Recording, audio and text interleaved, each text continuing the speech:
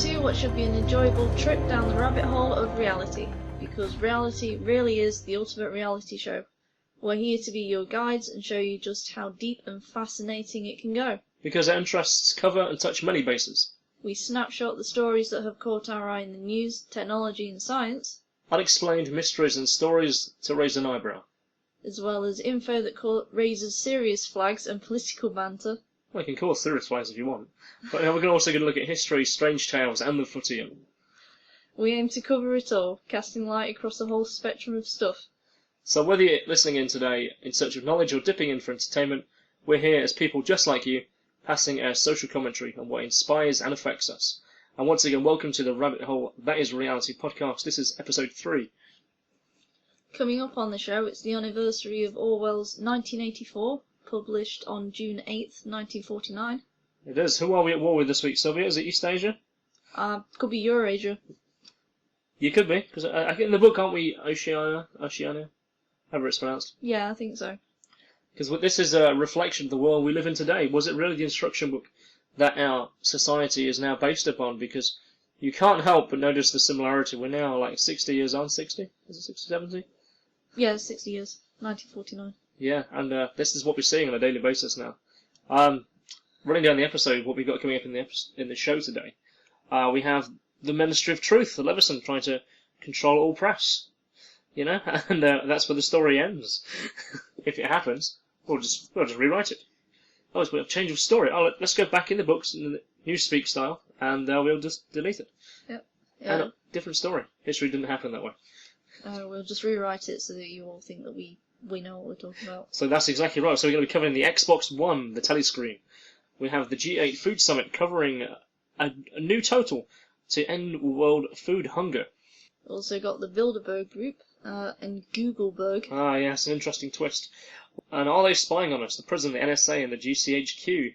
Haig goes down to infos as internet conglomerates come together to share all of our information on the web. We've also got a review of Guilt and review of Jack Hunter's book Why Do People Believe in Spirits, Gods and Magic? That's right, dipping our toes into the cold water with sea monsters. All this and more coming up.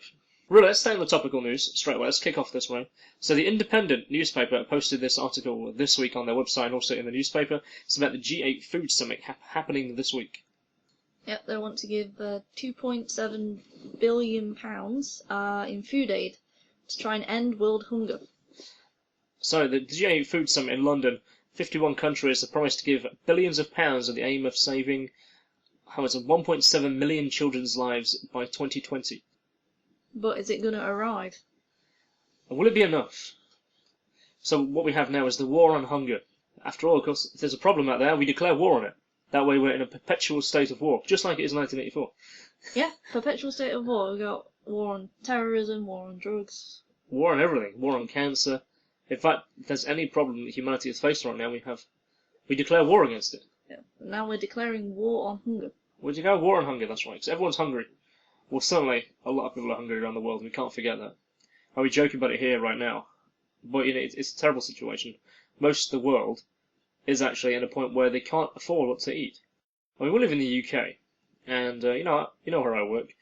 Now, I see a lot of people on a daily basis going from what originally was a lot of food. Right now, most shopping is literally what they can live on for the week. You know, it's generally it's smart price, it's your value range, because people can't afford the huge volume of food they used to buy. So we're also seeing the food poverty happening here in the UK. You're certainly seeing the soup kitchens and the framework centres that are now being overwhelmed by the amount of people asking for food, and they simply can't supply it.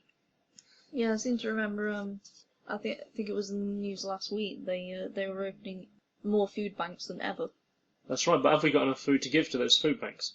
There's another question, really, on a slightly different related level to that.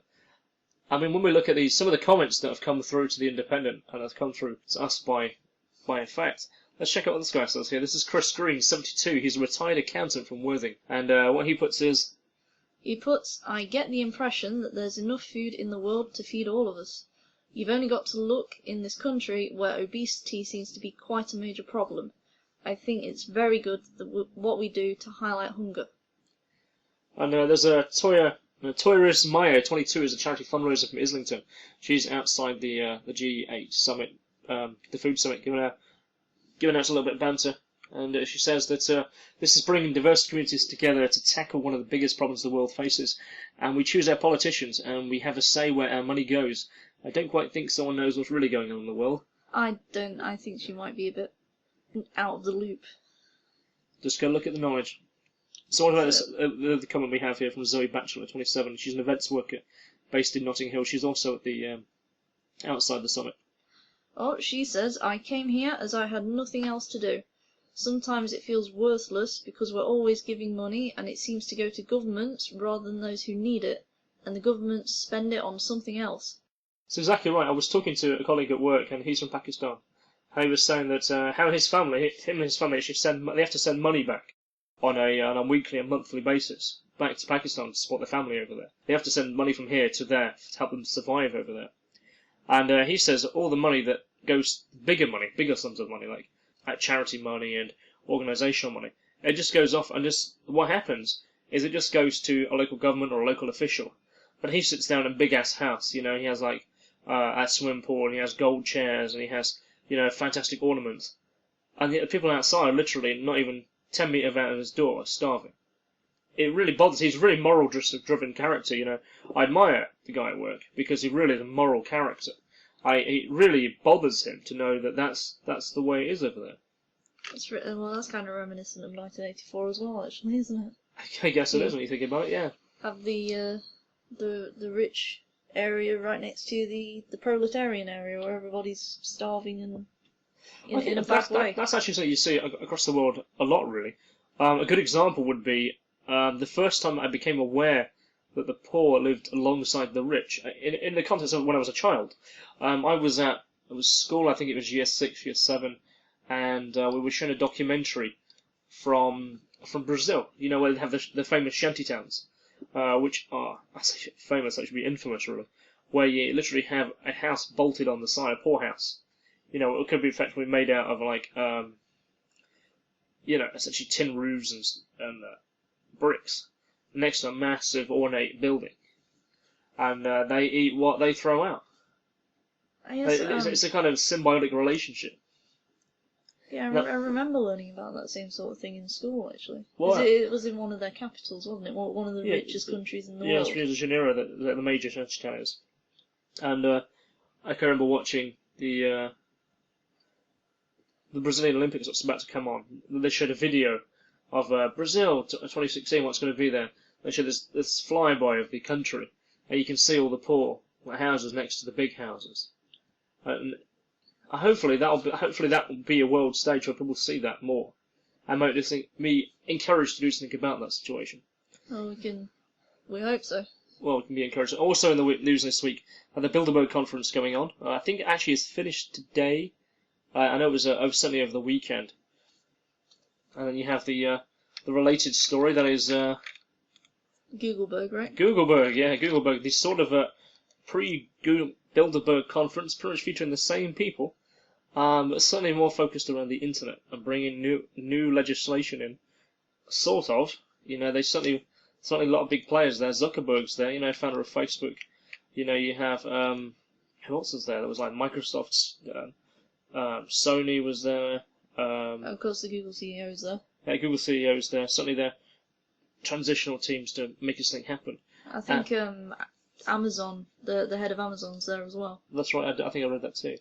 So we also have what allegedly could be an internet tax called a Google tax, effectively, because Google is basically bringing in the framework for a new global tax.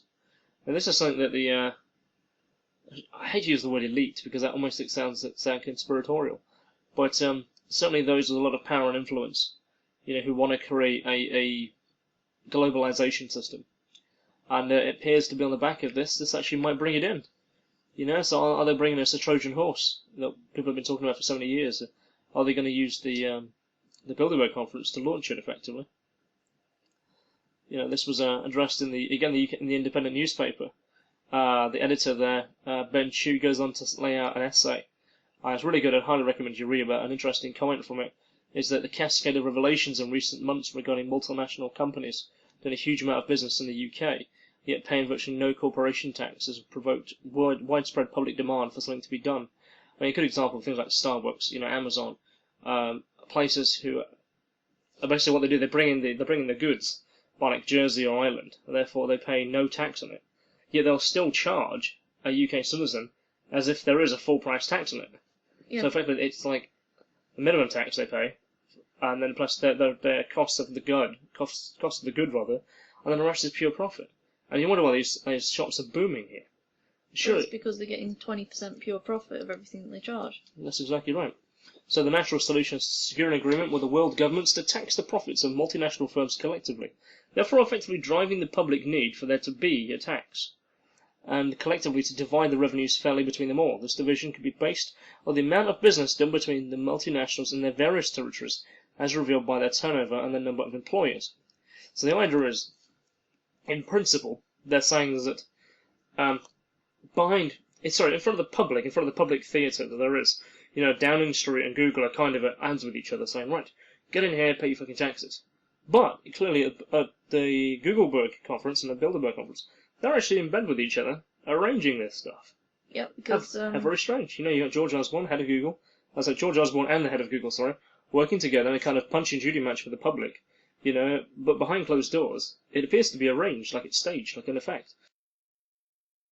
So yeah, what's going on? I mean, UK column editor Mike Robinson, he puts together that we have an embryonic global institutions are ready to be put in place, as we're now seeing more of them being given real jobs as time goes on, and collecting corporation tax going on in effect.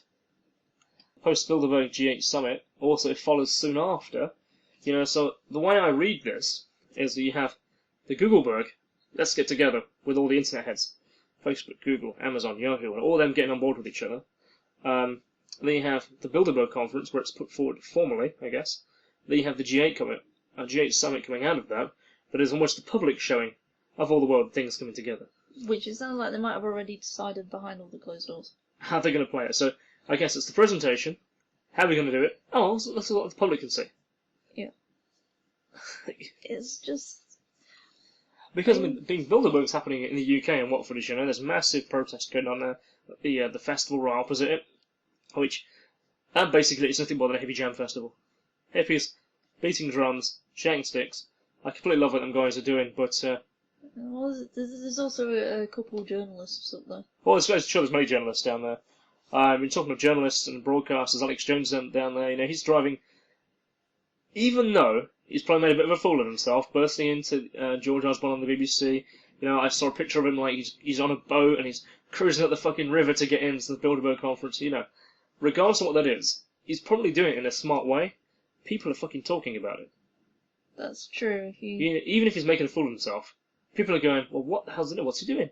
What is Bilderberg? What is the Bilderberg conference? Why is there an illegal meeting happening here? Why is there a no-fly zone here? Why is there, a state of terror being caused over a village, as in an actual state of war, terror? A complete air lockdown, a complete vehicle lockdown, Why are all these people so angry? Yeah, and so I think, on the back of him looking a bit of an idiot, he's actually driven more interest. I can understand why he's angry sometimes. I really can. That guy's, now for like 20, 30 years, has been saying this stuff's happening. And now he can see it happening. It's happening. We can't help but see it, And he passionately goes over the top sometimes. And that's taking it lightly. I know this. You guys know this. But whether we like it or not, a lot of people's first interest when they go looking into the news is InfoWars pops up. And they have some consistent information coming out on there. There's also a lot of other stuff going on there. Some things are over... I guess it's the American way, isn't it? You look at the American news system, everything's like so big, so bold. It's so strong. It has to be so over the top to get people to notice it. So maybe that's an effect of that. In the UK, we have a kind of reserved type of how we look at news, and over there it's quite big and quite blazing and bold. And so maybe it's just a case of that's how we interpret it. I don't know, but that's enough. I'm going to talk about that. So a good example would be this the NSA story coming out. How you have the PRISM program, as it's being called, spying on backdoor to all of the to every social network, certainly hitting the UK. As we're seeing as a report today, Germany is being hit more by the NSA. Why is Germany being spied on by the NSA? Why are British citizens being spied on by the NSA? Via GCHQ. GCHQ are using NSA's PRISM system to spy on our own citizens. What's all that about? Yeah, I mean, why would they be doing that? That's just... So what did William Hague have to say about this in Parliament yesterday? Oh, he had to say, the only people with anything to fear from the secret activities of British and US intelligence are terrorists, criminals, and spies. Now, bear in mind, we don't look at the status quo. We're looking at the alternative news. We're looking at the news, what people are saying. We're looking at the information that's coming out that has not been reported in the official stories, that has not been reported on the press and on the media.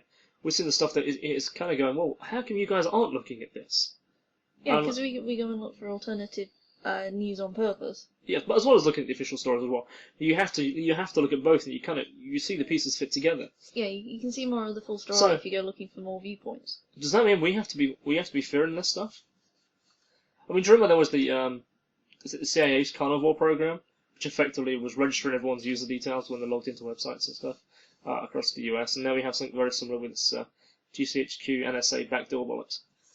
I think I kind of remember that. I remember there being a lot of backlash about that when people found out, and they were actually trying to force ISPs to also register every single thing that their users were doing and keep it in a black box for them.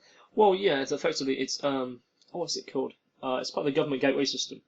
The potential is that you will have to log into the gateway and then access the internet from there. So you're kind of going through a government server. I think that's probably going to be how they're going to be going ahead. The other way they're looking at it right now, the way they are doing it, what's called the PRISM program. This was leaked to the Guardian newspaper. This is absolutely amazing stuff. US 984, 1984, of course. 1984. What a name for a document like this. XN. It was published in April 2013, and it's an overview of its user tapping of Google, Apple, as well as Yahoo, Microsoft, Skype. All the big things, Dropbox, Paltalk, they're all being linked in, and the company that has backdoor access to every one of these accounts, every one of these services provided online, and they're grabbing loads more, is the NSA. And thus as such, you have the CIA, you have the British government using the GCHQ logging into that, and we're now seeing a massive backlash in the news about this. A bit just reading this other quote down here, it says... Go for it. Read it out. If you are a law-abiding citizen of this country, going about your business and your personal life, you have nothing to fear. Nothing to fear about the British state or intelligence agencies listening to the contents of your phone calls or anything like that. But if you're a would-be terrorist or the centre of a criminal network or a foreign intelligence agency trying to spy on Britain, you should be worried because that is what we work on and we are on the whole quite good at it. Law-abiding Britons have nothing to fear from GCHQ. And literally, has so many people have said that is possibly the most creepiest statement I've ever heard a government minister say in a public statement. You have nothing to fear from GCHQ. Which again, there's a line very much to that exact same statement, but dropping out GCHQ in 1984. Certainly is. I mean, it's just creepy. Can you think they were listening in to all of our phone calls? They are. Look at phones now. A good example with telephones.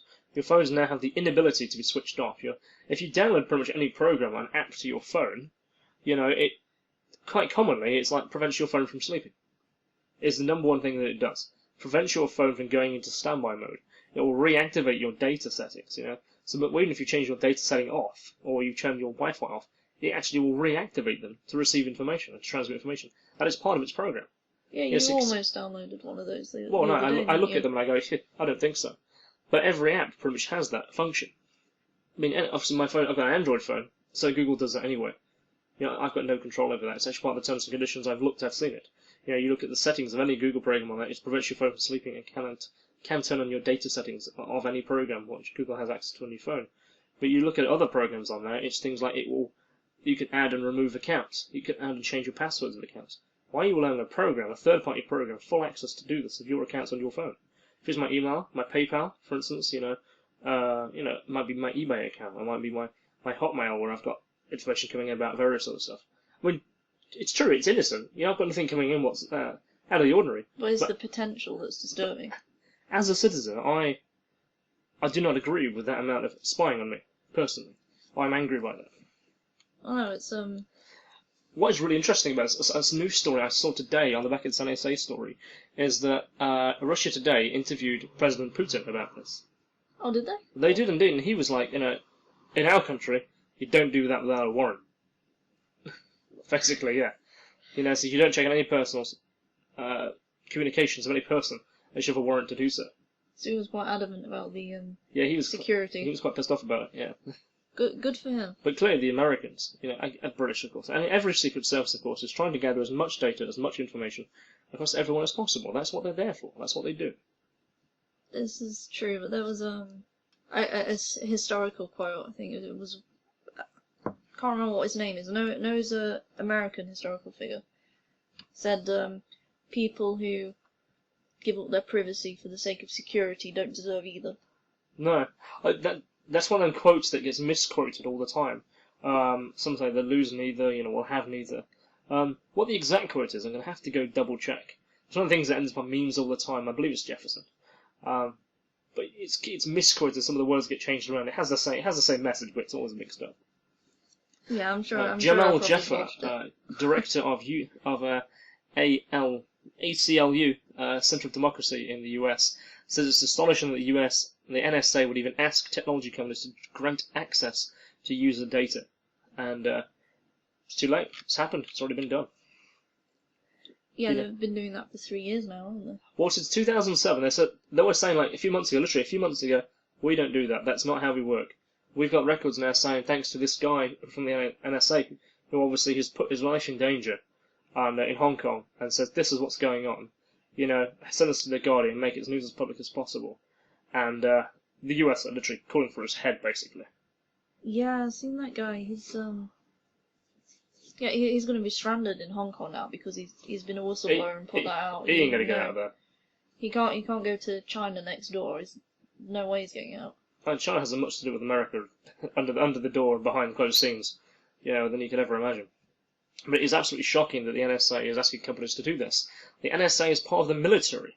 When is the military being granted unprecedented access to civilian communications? But I want to know. And then you have a good example actually coming out of this is that you have Stella Remington, who was the former head of MI5, which is literally head of British Secret Service. She declares that the enemy is everywhere. We must spy on each other for the government if we are to remain safe. We have more CCTV cameras per head than any other nation on Earth, whose cameras now track our movements with a spooky sense of 1984. With the attempt to predict crimes we may commit. So we are now seeing. There was that technology conference, I believe it was in April. No, I think it was March. It's end of March going into April, end of the financial year. And it's where the likes of security and the technology companies are coming out going, well, we have this to buy, and it's now a booming industry. Homeland security is, and governments, of course, and private corporations and companies are buying fuckloads of security equipment. CCTVs, facial recognition systems, identity password encoding, check systems, RFID systems. And companies are booming. And there was a guy on there who was talking, it was on Russia Today, there was an interview with him. He was saying that the call for it is like 244% increase on last year. And then literally a week after, of course, there was the Boston bombing. Who knows how much companies are investing more and more and more.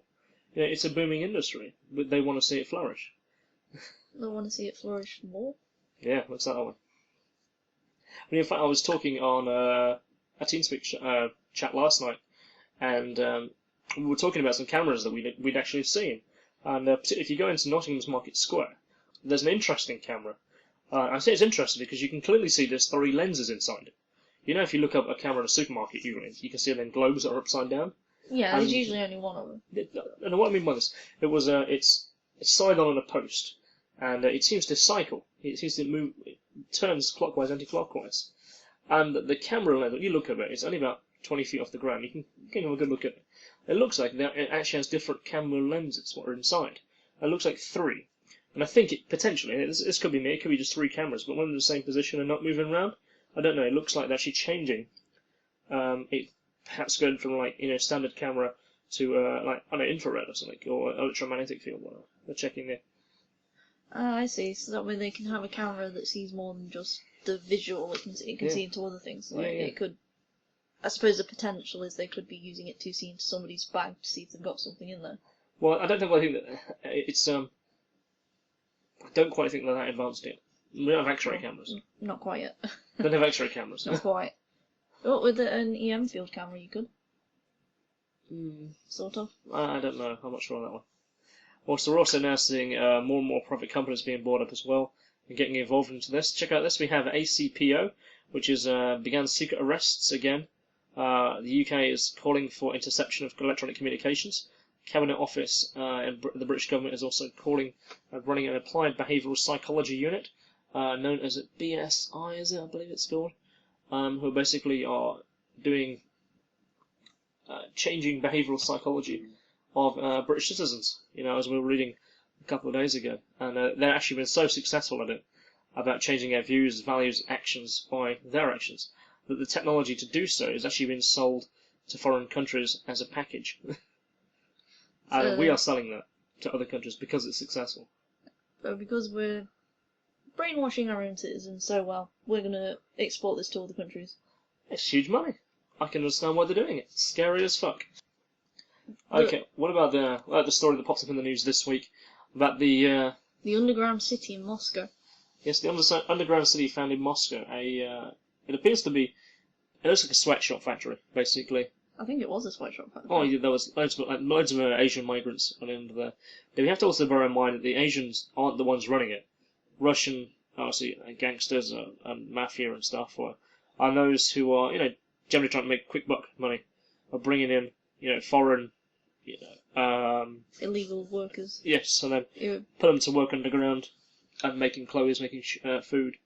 But it appears they were actually kept in quite good conditions. Everyone seemed to have their own room, dormitories. There was cafe, there was casino down there. They even had their own market, didn't they? And they did a whole market down there. But apparently that was one of 8 cities they found under Moscow.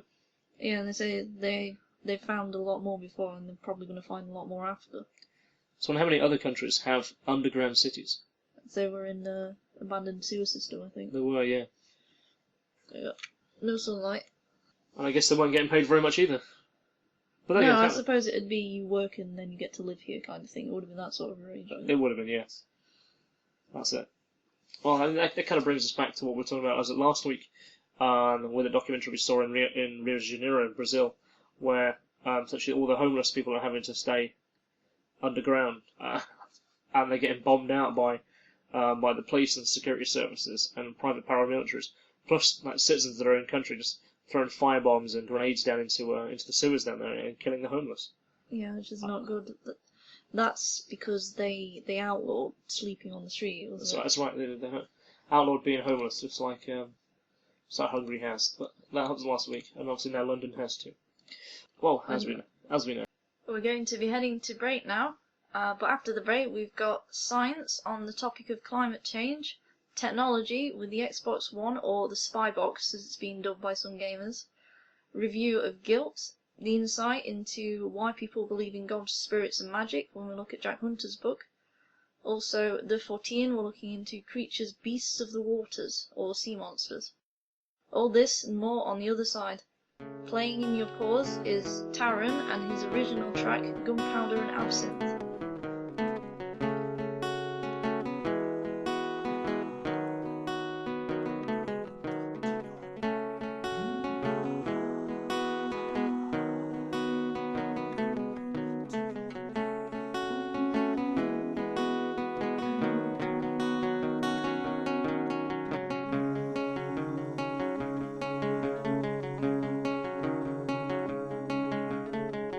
Breathing time with incense laced. Behind my eyes I see your face. Eyes like smoke, skin like lace. But I know not your name.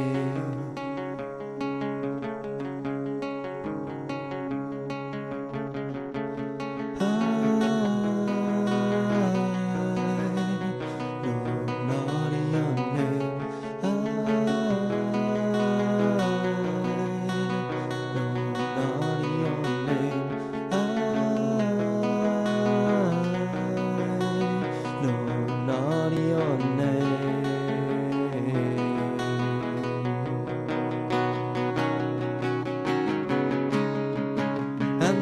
words upon my tongue, they taste like bitter wine. I drink gunpowder and absinthe just to pass the time.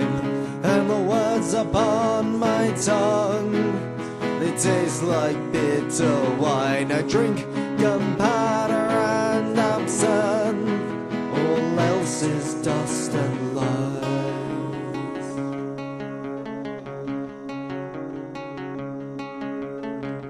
Just beyond my reaching hand, a shadow figure clothed in sand, and I would lie within your hand, but I know not your name.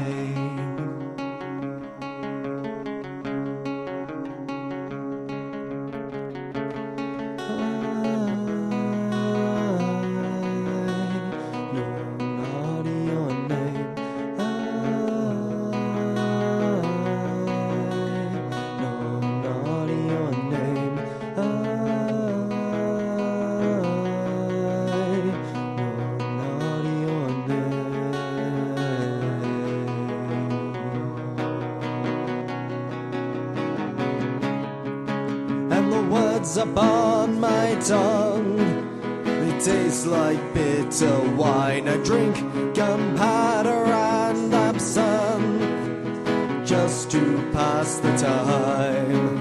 And the words upon my tongue, they taste like bitter wine. I drink gunpowder and absinthe, all else is dust and lies.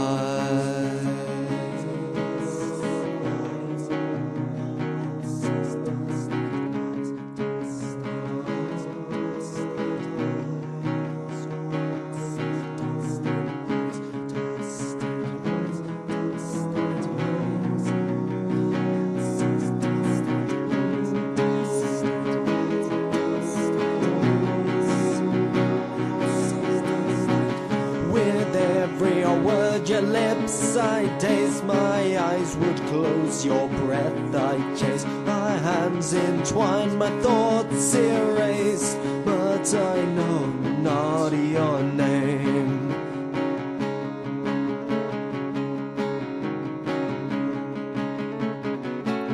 I know not your name. And the words upon my tongue, they taste like bitter wine. I drink gunpowder and absinthe just to pass the time. And the words upon my tongue, they taste like bitter wine. I drink gunpowder and absinthe, all else is just and lies. Drink gunpowder and absinthe, all else is dust and lies. Drink gunpowder and absinthe, all else is dust and lies.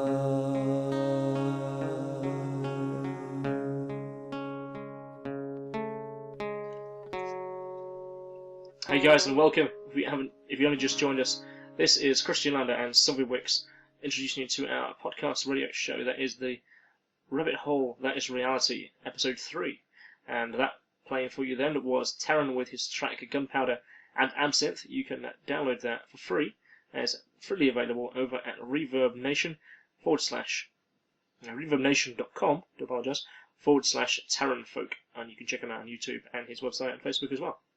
Brilliant guy, I've known him many, many years. So we're going to be looking at science and technology, many other things this side of the break, as well as the fortean. Look at sea monsters. Scary, spooky. Don't put your foot in the water because you don't know who's going to bite it. So here we are. This is science. Now this story is quite interesting because when it comes to climate change, you have two very profound views. And that is, you have scientists who are very adamant, and I'm in their agreement with them, that the climate change we see here on Earth is also happening on other planets. That it is having a measurable effect on Mars. We're seeing it on Venus, and we're also seeing solar effects on the poles of certainly the clouds anyway on Jupiter. So what we're saying, we're certainly having a solar event happening of effectively, if it's cooling the planets or heating the planets, well, suddenly their atmosphere is being changed due to the amount of light that they're receiving and the solar particles that are coming their way. I see that. That is the view that I have.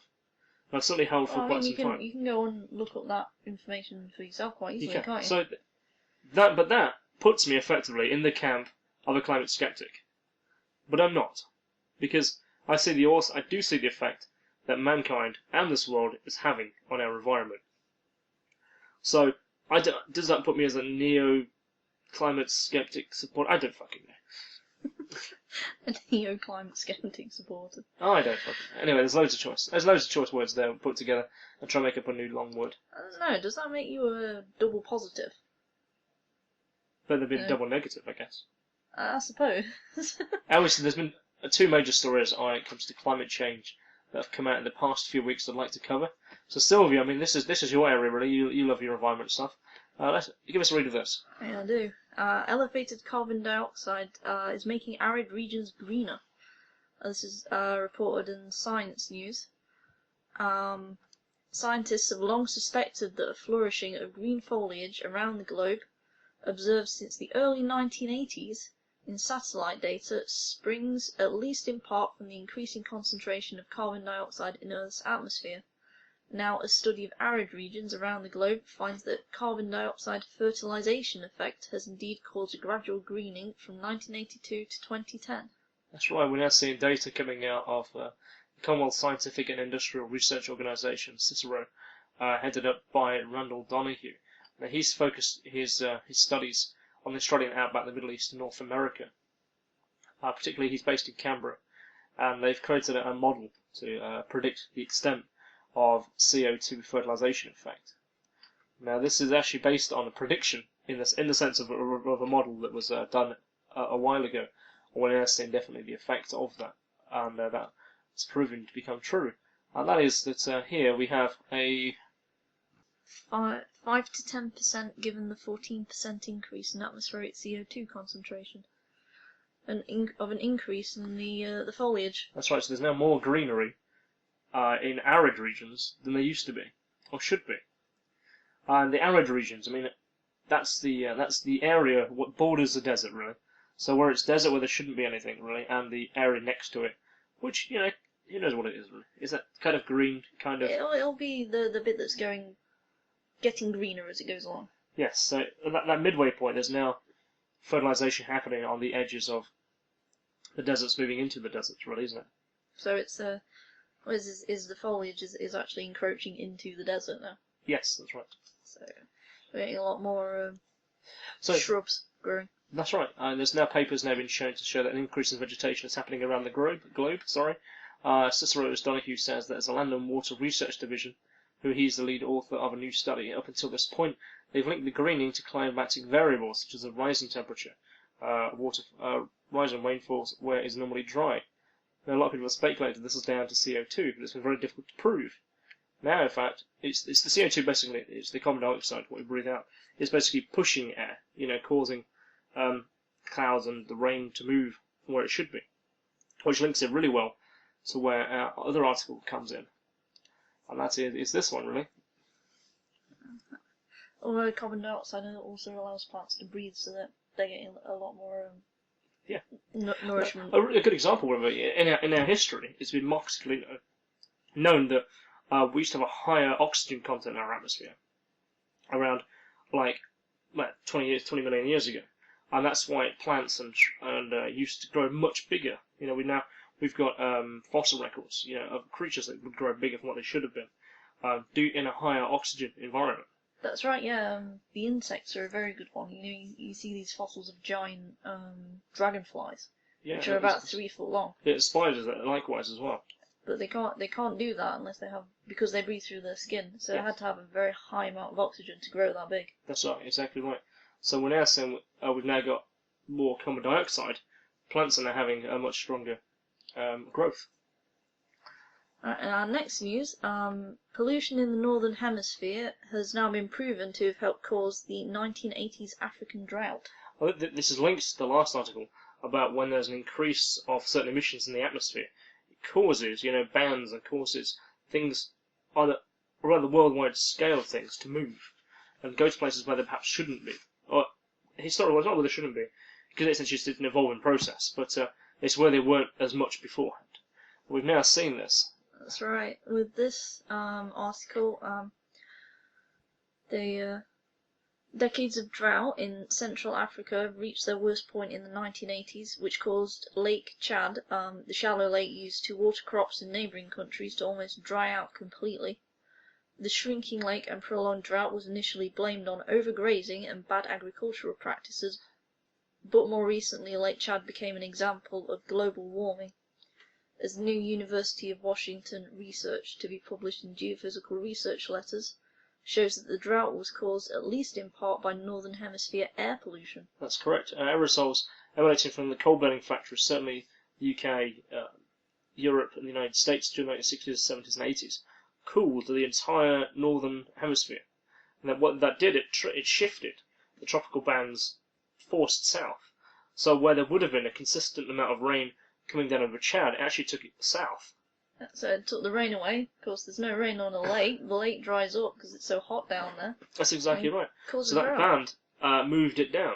Now what happened, because I can still remember when I was a child, and obviously in the 1980s, I can remember watching the news, the news was on BBC or whatever, and you'd see the destitute images coming out of Africa about the drought. I mean, they've had a few more since, where no one has any water, they're having to walk for like 80 miles a day, round trip as well, something stupid. And everyone's having to deal with big extra wells everywhere, and no one has enough water, loads of people are dying, and everyone's really struggling really badly. Well, what this actually caused to happen was they took CFCs out of a lot of things. I can still remember all the fridges back in the 80s, everything had CFCs in it. It did. Everything we use, all the spray cans, the cars, pollutants, everything had, atmospheric changing ozone coming out of it. Absolutely horrible chemical. So when that was certainly not been banned, it's certainly a lot less of it in the atmosphere now. And this data being published by the Geophysical Research Letters coming out of the University of Washington shows that now that we've had an effect, it's happening in reverse now. The water's now going back there. The bands of clouds are now moving back to where they should be. Yeah, so because we've stopped pumping all this rubbish, well, we haven't, but the rubbish from back then, we've stopped pumping it into the air. It's healed itself now. It's coming back to where it should be. That's right. But it's taken 40 years.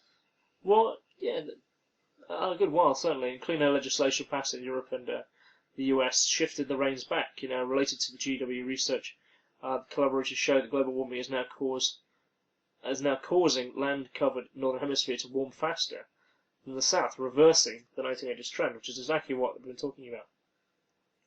So, when we talk about what global warming is, then, we are having a noted effect. We're also having a notable reverse effect, which is a good thing, you could say, because it does mean that we are affecting the environment. So once we come to the realization that we are affecting it, we can do something to stop. Well, when you realise how bad. thin the atmosphere is around the Earth as well. We watched a mini documentary earlier about the I don't know what it was called. It was called Overview. The Overview effect. That was it. And it's a documentary. It's now available, I believe. It's just ready to come out because it was a 12-minute preview of it.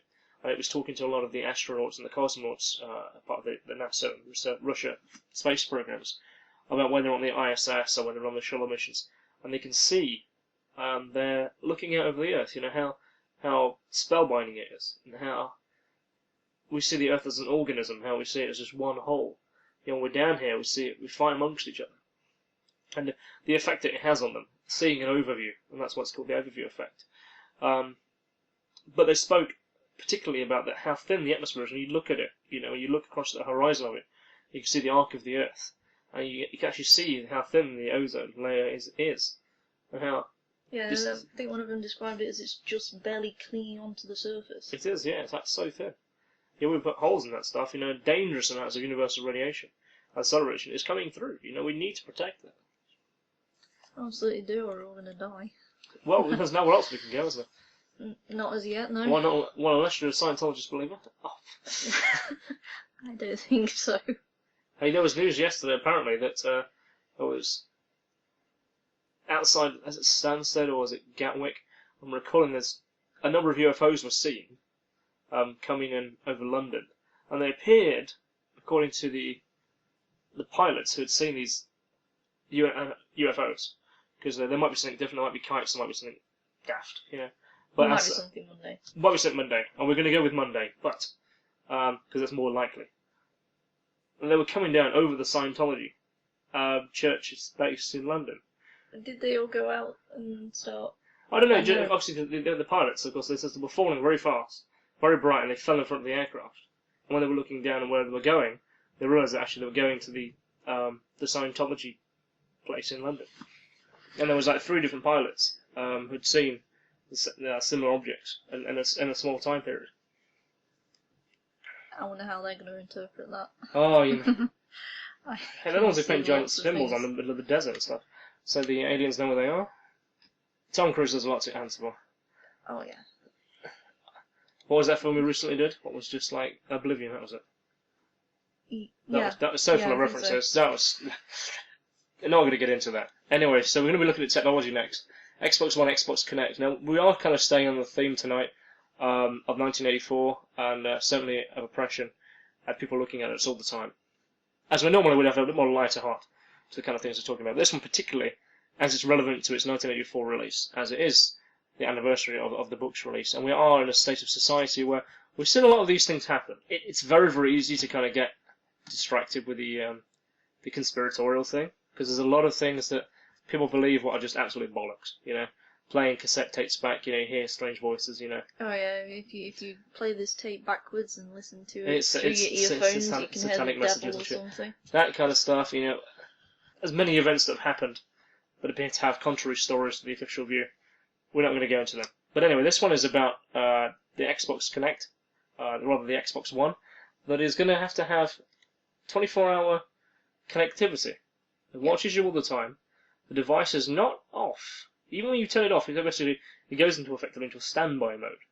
That's at the front of your house. I'm a gamer myself. You know, I play video games. I enjoy them. I like the escapism. I like the fact that I can enjoy a character or a narrative, and I like that. I love music. You know, I love the narrative-driven music. Interactive stories. Brilliant. Absolutely. It's not about shooting people. It's actually about having an interactive adventure. So that's my view anyway. When it comes to Xbox One, there's a lot of weird stuff coming out about this, and that is, it's going to be watching you in your house. Even when it's turned off, it has the ability through the infrared sensor to actually watch you in your room. Now, again, I think that's, well, if it's turned off, it's turned off. I can just turn it off with the plug, right? If I had one, that's probably what I'm going to do. But If you had one, yeah. if I had one, I'm probably not going to buy it. They're now saying, this is actually some of the press releases they've been giving out recently. It has advanced facial recognition system. It can identify and remember users even in a crowded room. It has advanced voice recognition and can discern who is talking in a conversation and distract audio to hear better. Once connected, the Connect 2 microphone will always listen even when the system is powered down, and the Connect IR camera has the ability to detect users even in total darkness. So literally, it can see you in the room, it can hear every conversation, and it's always looking at you, and always ready to listen to you. That has a lot of gamers on edge. On that very fact, you have, basically, it's on the back of what's called the DRM system.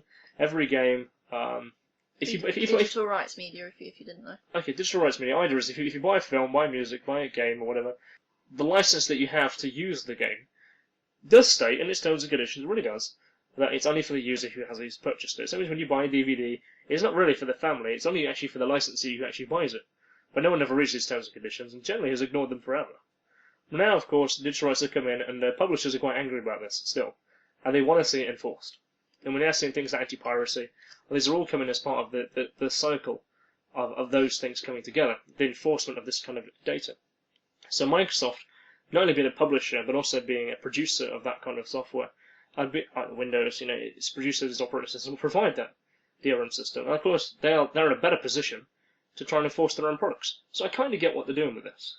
Yeah, it's kind of understandable if you think it from their terms, but at the same time, it's bloody scary. For a gamer, this will mean if you buy an Xbox disc and you install it into your Xbox 360, into your Xbox One, you put it in your disc. You put your disc in your console. You then have to install it into the console, and then basically you put it on the rack at the side of you. and that's kind of left there. If you wanted to play your game at a friend's house, you take your disc, right, and you play it at their house. Like, so if you bought like Mario, whatever, you go to your house, you play Mario, you play Halo multiplayer. You can't do that now. Well, sorry, you can. You've got to go over there, sign into your Xbox Live account. You must have Xbox Live to have an Xbox One. Go to his house, you play a game with him, but it's not gonna, you can only play for a maximum of an hour. What's that about? And then it'll. How are you gonna play 4-player Halo at your mate's house? How are you gonna play System Link? You know, when you go to one of these competitions, like which have been going on for years. You know, you take your console to this big centres, thousands of gamers turn up, have a mass gaming session, or you know, it's a jam session with your friends. Sort of competition. But you take your console to a mate's house. Is it going to work? Well, no, because the Xbox Connect, according to this, Microsoft filed a patent not long before the Xbox One's release that it's called continue. It's basically, I'll tell you the patent number: United States Patent Application 01202078904, and there's another one to support this as well. It's the continuing monitoring of a number of users in front of the display device during the performance of content, which basically means the console is watching how many people are in front of the console at any one time. And it will track those faces to see if they have been appropriately licensed. That's so right. Basically means if you want to watch a DVD, watch a movie with say your family that you've invited in for like a night, or you want to play a game, if those people don't have a license, it's going to charge them for it. It's going to you won't be able to watch it. And it's like, what the fuck? This is a games console.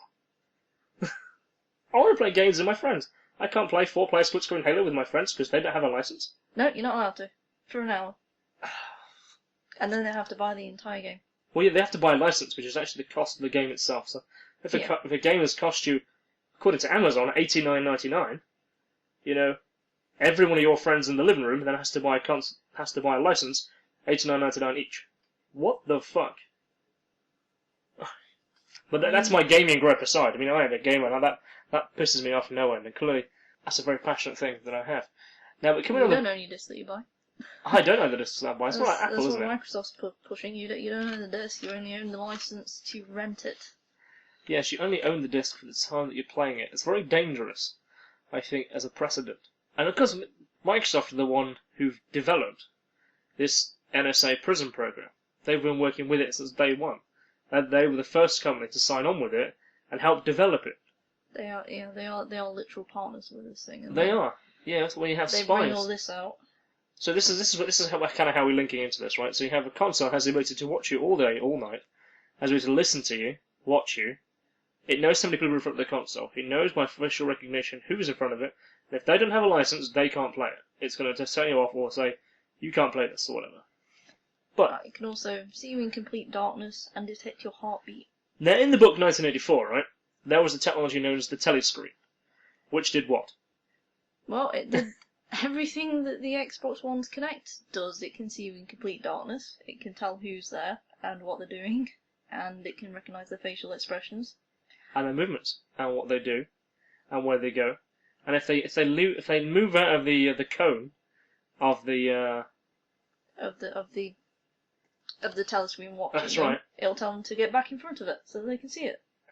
Or rather, it can see them. And it's like, I mean, everyone knows how many people are going to buy an Xbox One, right? It's going to sell at least as good as the Xbox 360 is. So that is a telescreen in millions of people's houses. But it's like the infrastructure is being put into place for it via way of entertainment. Brilliant, really. You think about it. Especially when you consider Microsoft as the partner of the people who were the ones spying on everyone. Yeah. Yeah. It's like a subterfuge. It's not that subtle, but they're still trying it. It's like, oh, and there was a guy. What's his name? David somebody. He's the head of head of Microsoft's. Here he is.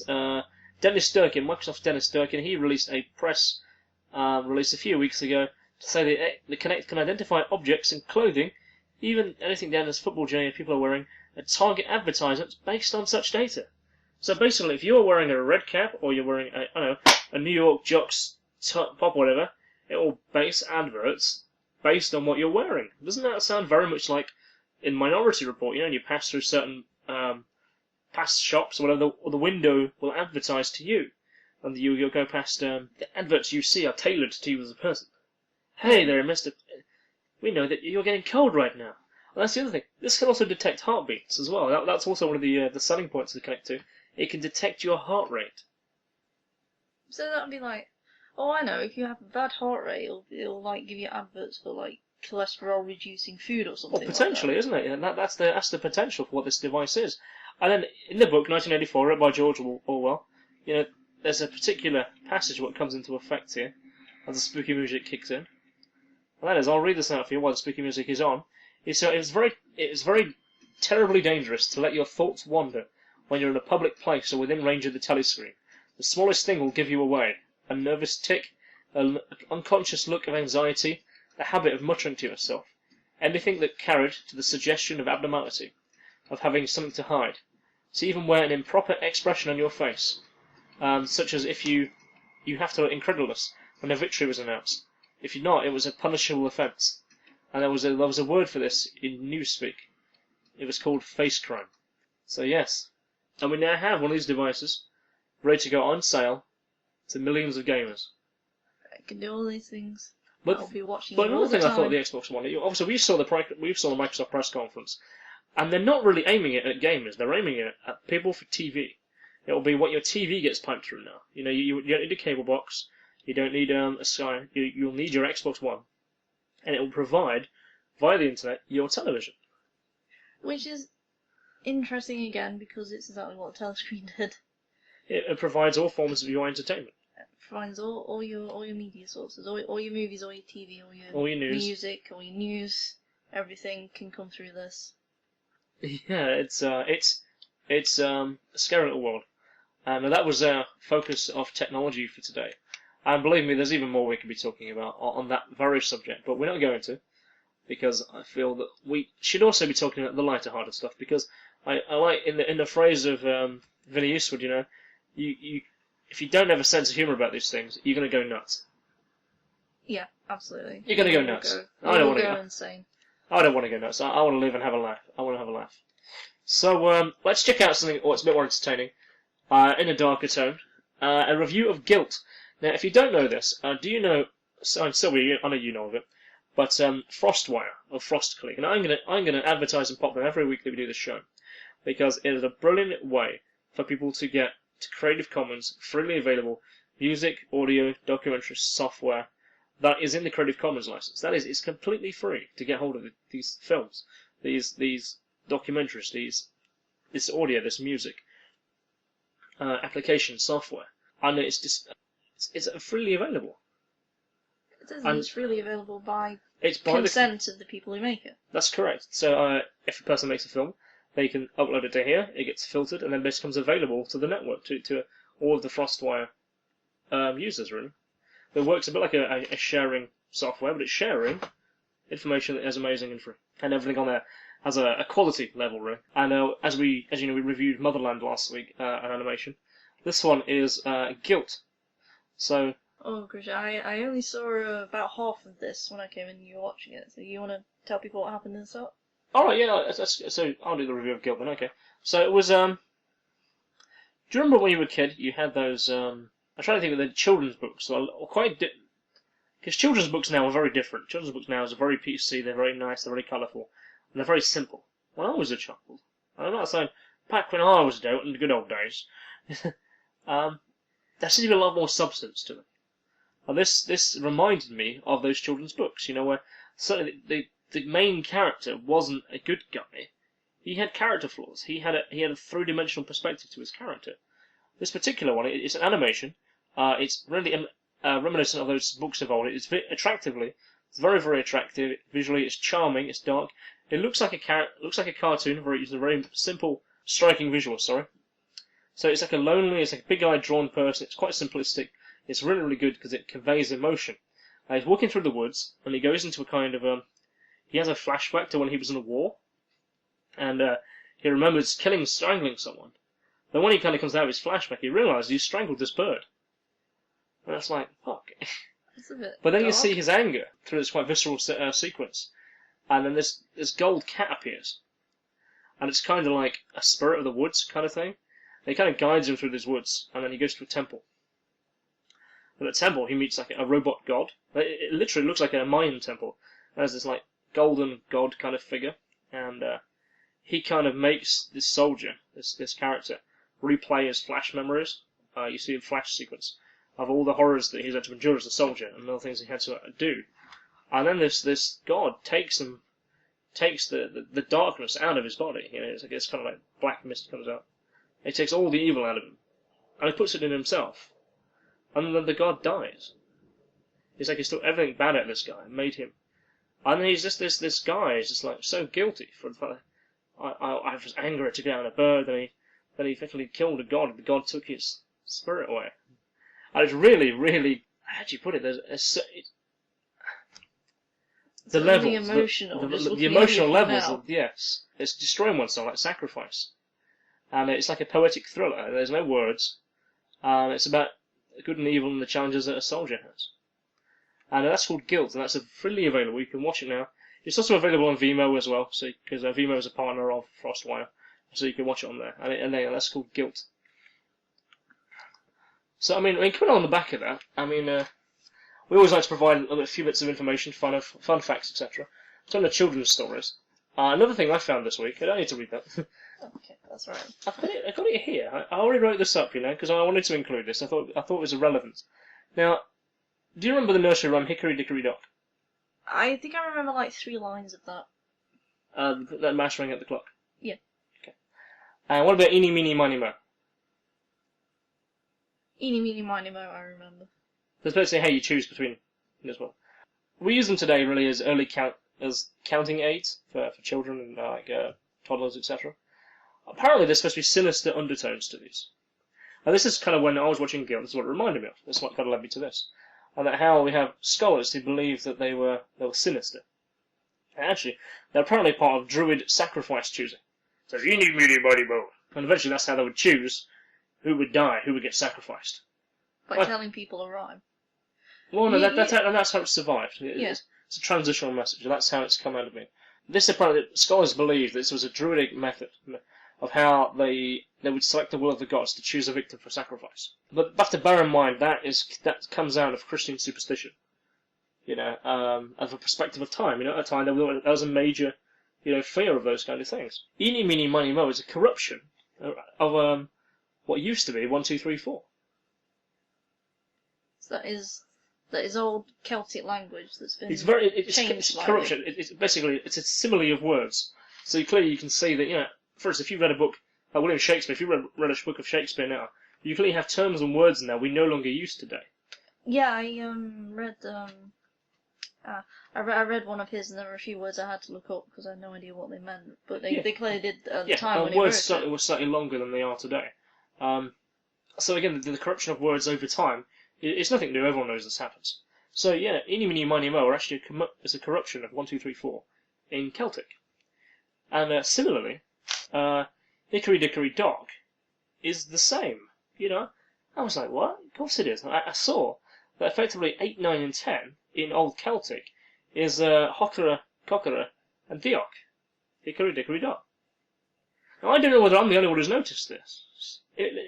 Clearly it's older traditions of words that have come through history, from pre-Roman, that have kind of survived, perhaps on the fringes of society where, farmers might have still been using to count the flock, or, people have been using to still count for children who were perhaps living in the woods, or, those who hadn't completely, they said they were Christian and Roman, but they clearly were still practicing their traditional values. So clearly, Eeny Meeny Miny Mo, and, Hockera, Cockera, and Dioc, it's 1 to 10 of, old English. So when the Druids were probably counting people, it wasn't for sacrificing people, they were just counting. Yeah, of course. Yeah, that just makes so much more sense. They were just counting people. Because it was their language. Yes, it was part of their language. And I found that quite poetic, and I kind of discovered it. I was how many people know that? But either way, that's all I wanted to conclude tonight. And again, it kind of linked to the fact that I thought about that very same when I was watching Guilt. So, here we are. I can imagine probably not that many people knew about that. Well, it's pretty common knowledge, really. It didn't take me a few books. Go through a few books in the library to work that out, but yeah. Sylvia, I mean, I know you've been reading Jack Cantor. He's working on his PhD in Bristol right now. He's a guy I've met a couple of times now. I saw him. The last time I saw him was at the ASAP conference a couple of years ago, 2011. And I found him really, really interesting. He certainly had a poetic spell of speaking, very down to earth, very straight, and he knew the angle he was coming at with what he said. Clearly, having read basically a couple of his words in his book, I haven't been able to get off you. You know, that clearly is certainly the way he's wrote as well. And I find that really cool because it's looking at a thing that is cultural, is evolutionary, traditional, psychological, and this is about the belief and the understandings of how people believe in ghosts, spirits, gods, magic. Now, a lot of my friends circles, are, who have, paganistic, druidic, ecological, magic orientations in their life. And obviously, I've spent time around with mediums and psychics who claim to be, and working with people who are scientists and psychologists. So I certainly can relate to this information. I really can't wait to read this book. But so Sylvia, could you give us a bit of a rundown of what you've read so far in this book? Why do people believe in spirits, gods, and magic? Yep, sure. I'm about halfway through chapter 3 now. Like I say, it's spiritual, psychological, and cultural. It's actually looking at why people believe in that. So he's actually gone through it. It's really well researched as well, as we'd expect. And he's gone and he's looked through. So far, he's gone over the whys that people would believe in it, which psychologically and historically, it's quite possible that people believing in God, spirits, and magic might have been more of a coping effect. So like when you had the bad famine, you'd blame it on you blame it on bad spirits, or if you had a really good harvest, it would be good spirits. So it was like a coping mechanism. Okay, that actually makes a lot of sense. You see stories where you would have a wise man in the village, who effectively everyone would go to when you would plant the harvest, and obviously when the harvest would fail, it would kind of be his fault. Yeah, that's pretty much it on certain levels. It's also so it could be an evolutionary throwback. Okay. There's also the religious reason, which is people are afraid of things like death and the unknown and all the rest of it. That we talk about this quite a lot. And culturally, again, it's like a blanket for a fear of what would happen. It's like a safety net, really. Well, so is it a case of, well, if say use an example we just used, if a crop fails, is it a case of, well, we can't blame anyone, we don't really want to blame ourselves, so we'll blame something that isn't nature, that we'll blame, the devil, or we'll blame a character, or we'll blame a celestial event on why it did or did not work. Yeah, it's more like because in those sort of times you would have worked your hardest to cultivate your field, because you know that you die if you didn't, yeah. But even sometimes with all the natural occurrences, I mean, like a disease, or a flood, or a flood, which they wouldn't have been able to predict back then. It would be, we'll say it's a spirit, or it's a karma, it's something that we've done in the past, and it's a punishment for doing it. It's like a coping mechanism for those people. So then the next time they can work on just as hard, and hopefully the next time it'll be a good harvest. What else did he look at? Well, he's only just finished looking into that one. Actually, we're now looking at people, the differences between mental illness and spirit possession, as well as the divination, oracle, and differences between mediums and shamanistic tendencies. It's really interesting you say that, because a lot of the people, obviously we do a couple of festivals a year, which are generally aimed at that kind of crowd. Yeah, whether I should put my hand up and say I'm involved with that, I don't know. But again, I don't consider myself to be of that mentality. That's not who I am. It's just that I have friends who are, and I support what my friends do. And I find myself questioning their beliefs and questioning their understanding. I know I have many hours of debate and discussion with them. And in fact, that's actually really good, because you can address that from different perspectives. And when I talk about mediumship, a lot of mediums or psychic people or those who have old school insights, and they consider themselves to be magicians or witches, or they have old school magic elements in them. a lot of them, they consider themselves to be either a rediscovery of old magic, or it's a new branch, something new that rather than a rediscovery, it's something completely new. It's new age of Aquarius, like bollocks. They link together a lot of these different elements. They'll use old characters, to be who they are inspired by today. For instance, you see a lot of people, and I use this term very flatly because a lot of women consider themselves to be reincarnations of Cleopatra. Yeah. You can laugh about it all you want. It's fucking true. A lot of these people. I went to a Mind, Body, and Spirit fair a couple of years ago. I gave a talk there about like old history and mythology, and the amount of people who were in the crowd, women-wise. I asked the question: how many people believe, off topic, how many people believe they're reincarnated? And every woman in the crowd put their hands up. I asked, who do you think you were reincarnated from? And 60% said Cleopatra. And it's like, how many fucking spirits does this woman have? But I guess they use it in the sense of it's someone they idolise her positive aspects of. If you look at Cleopatra as a character, of course, she believed that she was the reincarnation of Isis, so she took on the embodiment. She believed she actually became Isis, that she re-embodied her effectively, and that was the term for what her big festival was. And she believed that she became the goddess Isis. There's a word for it. I can't remember what it's called. So I guess they want to take on those characteristics to improve themselves. In the same way that someone might see a character on a TV show. I don't know, they see Doctor Who, for instance, and they want to be the Doctor, or they see James Bond. They feel for that moment that they can be a secret agent or whatever. I guess that's the life impact that these characters in history have had on these people.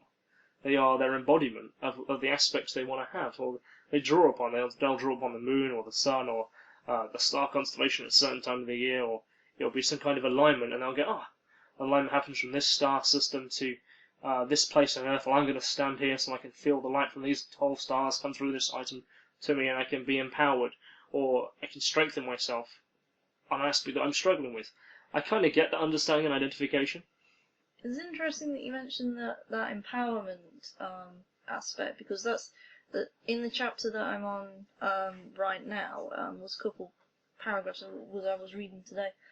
One of the anthropologists, one of the researchers which he's drawn on the work, suggested that the women in a certain village that he came across, who were mediums, weren't doing it because they actually believed they were mediums. They were doing it because culturally they were getting a lot more respect for doing it. So whereas if they weren't, they would be like, the low level. They have the whole male-female caste thing where the male is always more important. But if the woman gets possessed, or she becomes a spirit medium, or she starts giving speeches from the other side, her role becomes stronger. Yeah. Okay, that's really interesting. I'm looking forward to reading that. So I know he was looking at things like he combines anthropology and parapsychology, and certainly elements of psychology, which are considered parapsychological. He doesn't. At the end of every chapter, there's a breakdown of the different methods of looking at it. So there's always the psychological one, which is it's all. Is this conclusions? Is it? Yes. Okay. Which is always it's in people's heads. So it's a psychological coping mechanism, or they've got some sort of mental illness that they're trying to cope with. The next one is I forgot what that one was. There's the experiential one, which is just take the experiences as they are and don't write them off and don't believe fully in what they say. And the other one is if you yourself have believed in that sort of thing, then well, they won't question you. They'll take it as that is your belief and that is their belief. Okay, that's good. So that was a bit of a look at the book entitled. What's the full title? I keep getting the order of which these things come up in. Why people believe in gods, spirits, and magic. Okay, so I keep going to say like ghosts and spirits and stuff. I don't know why. I guess it's still three. So my apologies, Jack, if I use the wrong term. at some point during that discussion there. And I really hope people go and have a look at that. You can buy his book on Amazon, and I believe you head over to on Facebook. He's got a page on there as well. Check out Jack Hunter. Although with a name like that, I bet there's going to be quite a few come up. So you go by my friend's list, and you'll be able to find it. Okay. So should we pause for a break here? And cause we've covered a lot in that: science, technology, 2 reviews. Oh, sorry, a review. I guess that's an insight to that. Well, it wasn't really a review. That was an insight. Well, I haven't read it completely yet, so. But you can't review anything until you've read it or watched it. Does that make it a preview then? No. No. Damn. There is no name for what we just did. It's an insight, I told you. Anyway, so we look forward to seeing you guys on the other side of the break. Coming up, we have a look into sea monsters, creatures and beasts from around the world, and some interesting information on how they might correlate together. So we'll see you on the other side.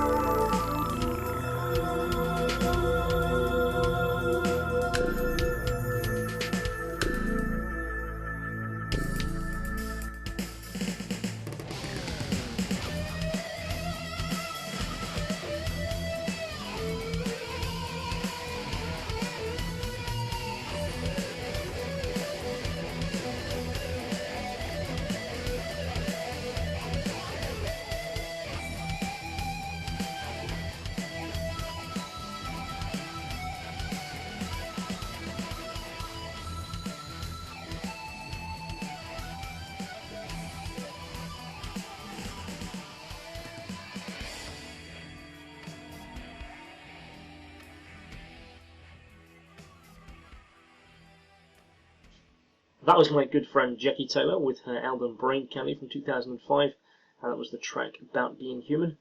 Now, guys and girls out there across the interweb, we really want to support independent, unsigned artists. If you're a member of a band, submit a track to us, or think you'd like us to play. Even if it's just a demo, get your music out there. There's people out there who want to listen to creative, original music.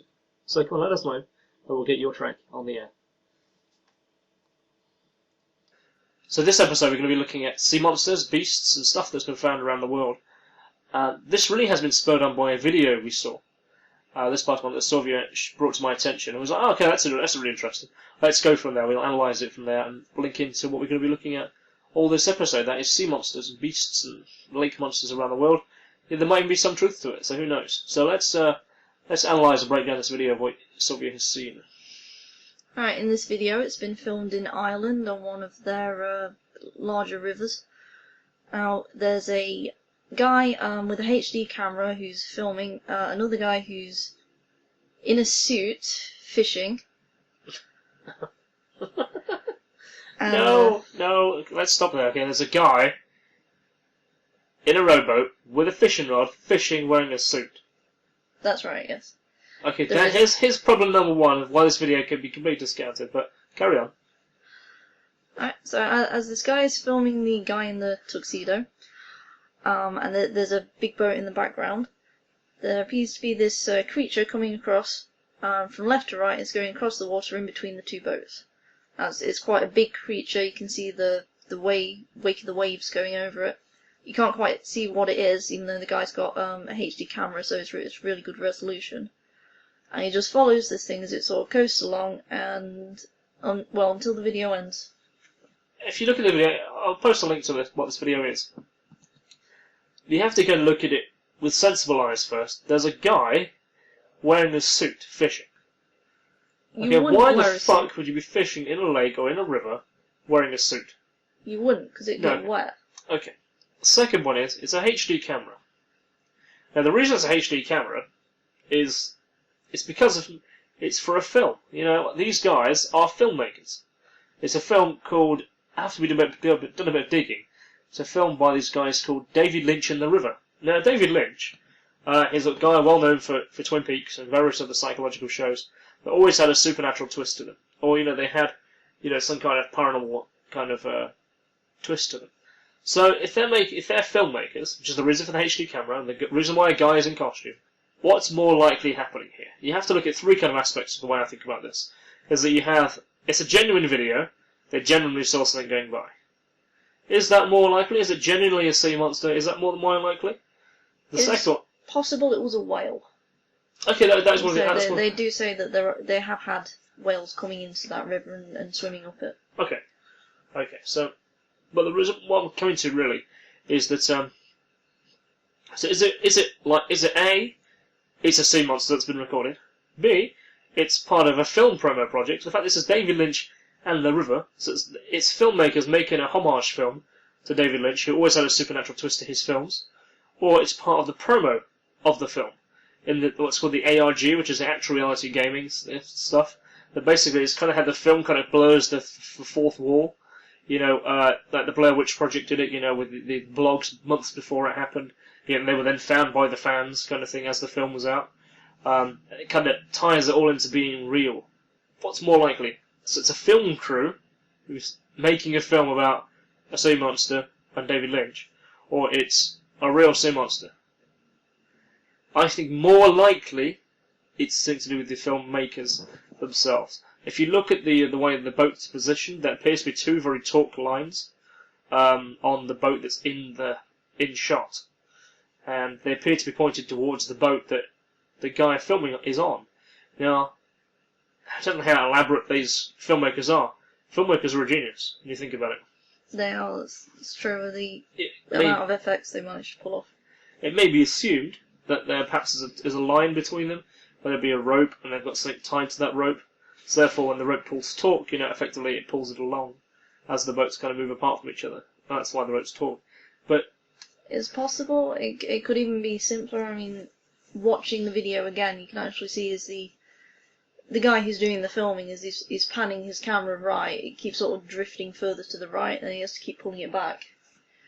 It's like there's a certain area where he doesn't want you to see over to the right, so it's possible there could be something else that's actually pulling this thing along in the water. Okay. So, but in terms of real sea monster, that's probably not likely. Interesting video. It kind of brings the conversation up. It's exactly how this has brought this stuff to us. Because when you think about it, there actually has been some really interesting sightings in terms of history of sea monsters, sea creatures.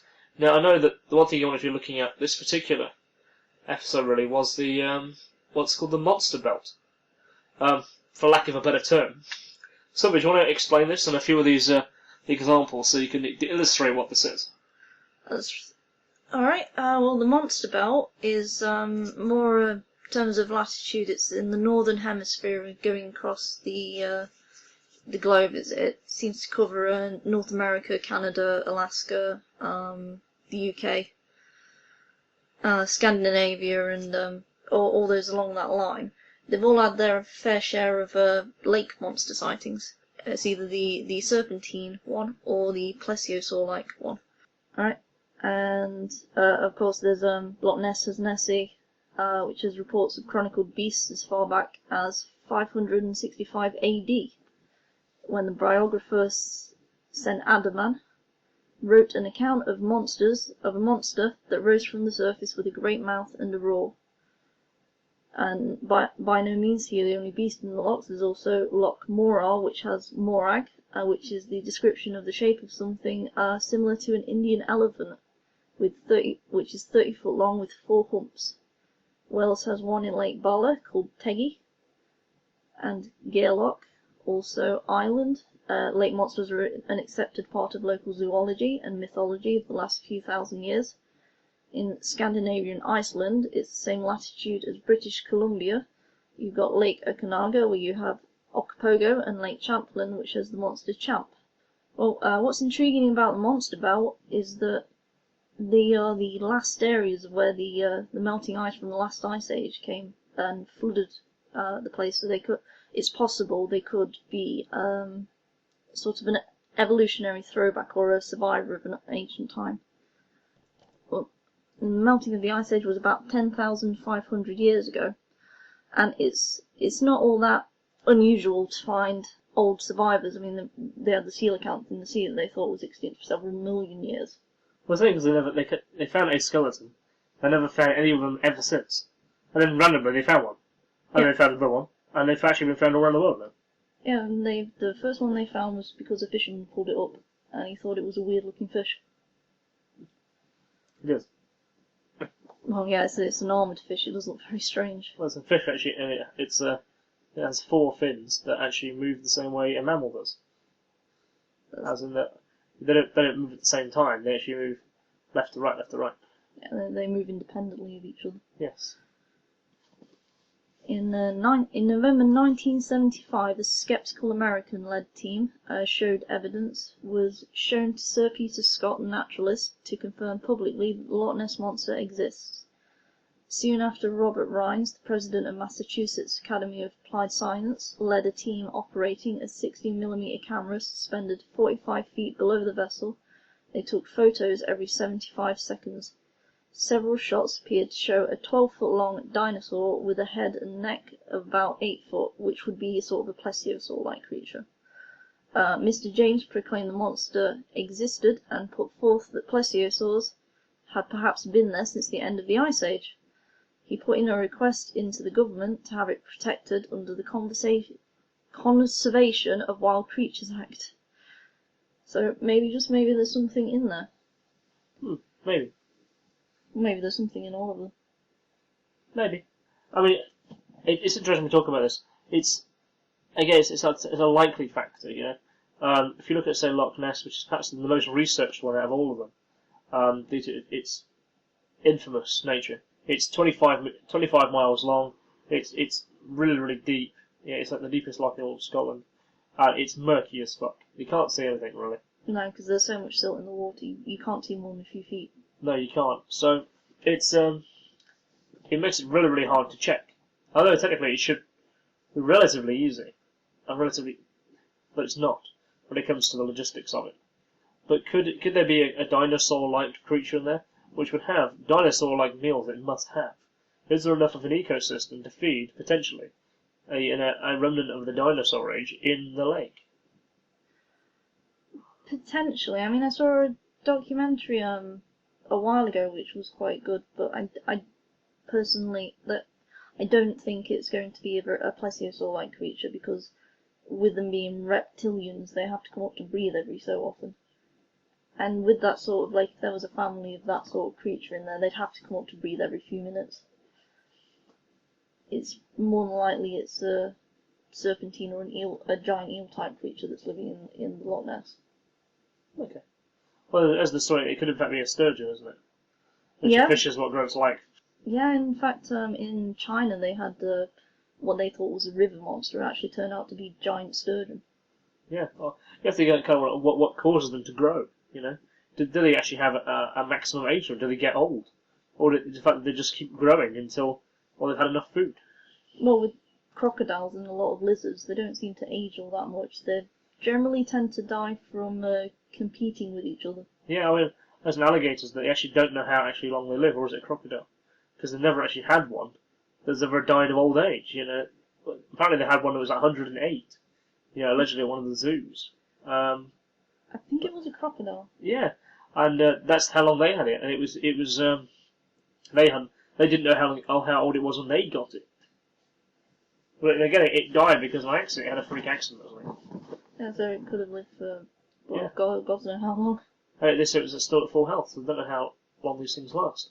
And if it's likely that these reptilian like dinosaur-like creatures exist in any of these lochs, in any of these lakes, or on this monster belt, shall we say, Lake Morag or Teggy or Champ, whatever. I mean, what is it more likely to be a dinosaur-like creature? Is it more likely to be a misidentified fish or a eel? Do eels come to the surface that often? No, because eels have gills, so they can stay underwater for a lot long, for an indefinite period of time. So it's kind of what was it at the surface? Did it need to come to the surface? Did it eat anything? According to some old historical reports, yes, it came up and ate people and horses. Well, again, so what would come and eat horses? I still think that's misidentified technology, personally, but that's my view. So, I mean, skeptical-led teams, their view was that we're going to go in there and check this on the scientific principle. And, some had they took it to like the what was that? St. James, somebody, isn't he? He was convinced by it. There was a whole big thing in the 70s and 80s where we've got photographic evidence, it's real, it exists, it's down there, it's there. But they've since yet to find it. I mean, there's pictures on like Google Earth, where you can apparently see a serpent-like creature in the loch, but that could have been put there by it's Loch Ness. It has a legend about it. Let's just put a graphic anomaly there and go, oh, I don't know. Oh, it's a monster. People do that kind of thing.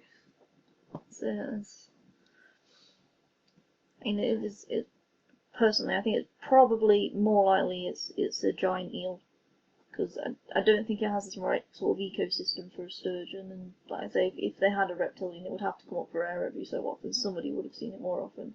Well, yeah, that's the thing. Why hasn't it seen it more often? I know, of course, what's called that famous photograph. What's it called? The dentist's photograph, is it? Doctor's photograph. The doctor's photograph. Yeah. It's like 1929-34 or something, isn't it? Which was proven by perspective to be false. Yeah, it was. There were two actually. One of them was a log had been placed in the loch at a certain position on purpose. Yeah. And the other one, it was a misidentified rotting hump of a log that was just floating in the water, which happens a lot in Loch Ness because of all the silt. Yeah, of course. So yeah, that's Loch Ness overall. I mean, I don't know anything about the history of like Champ and Odigan and Scandinavia. I know Scandinavia has a lot of stories and mythologies. Heck, even in Beowulf, there's which is like one of the oldest books of Scandinavia. There's stories of lake monsters and creatures and dragons that live in the water. Are they just stories that have been written? Because we now know that Beowulf, in fact, has a lot of historical information there, not a fantasy view.